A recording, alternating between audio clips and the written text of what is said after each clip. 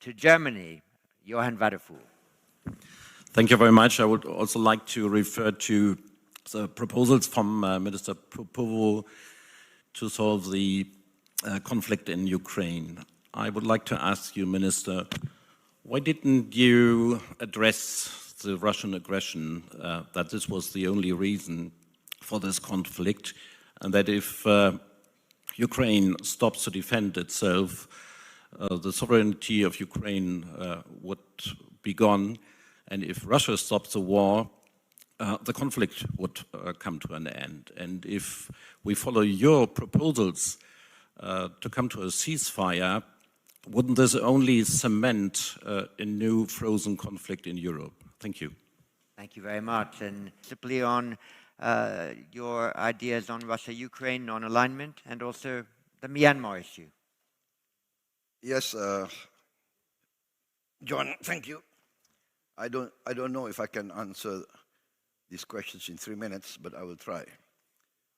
Several questions insinuated that I'm equating between the invader and the invaded. I think this is an emotional reaction, but what I'm putting forward is conflict resolution. I'm not saying which side is right or wrong. And I think this is being taken mistakenly because Indonesia's position is very clear. In the United Nations, we voted against the Russian invasion. We voted. You can check our voting record. We are not talking about right or wrong. I'm just proposing that we attempt at conflict resolution, and this has been done historically. Please, our European friends, please do not think in terms of 5 or 10 years. Think in terms of 50 years. We in Asia, we have our share of conflict, of war. Maybe more disastrous, more bloody than what's being experienced in Ukraine. Ask our Vietnamese friends, our Vietnamese brothers. Ask our Cambodian brothers. Ask them how many times they've been invaded. Ask our Vietnamese friends how many times we have been invaded. Ask Indonesians how many times we have been invaded. We know war. We want to resolve. We want to help. But again, it's up to the two parties. What is the United Nations for? If not for conflict resolution? Why is a proposal for a demilitarized zone so taken as if it's not rational? We have a demilitarized zone in Korea. We had a demilitarized zone between North and South Vietnam. We had a demilitarized zone in the Sinai.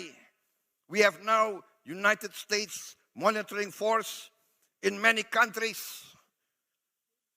There are conflicts not only in Europe. There are violations of sovereignty not only in Europe. Ask our brothers in the Middle East. Ask the Africans. Ask the people of the Democratic Republic of Congo. How many countries invaded them? There are United Nations forces in the Congo. So what I'm proposing is how we try to resolve this conflict by respecting the United Nations. That's all. I'm not equating aggression with the aggressors. Please understand, we, in this part of the world, we have been victims of aggression many, many times. I think that's my answer. And for Myanmar, very clear that ASEAN has not accepted the authoritarian and the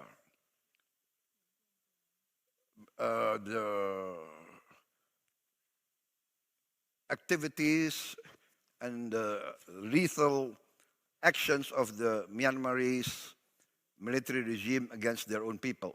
So that is very clear.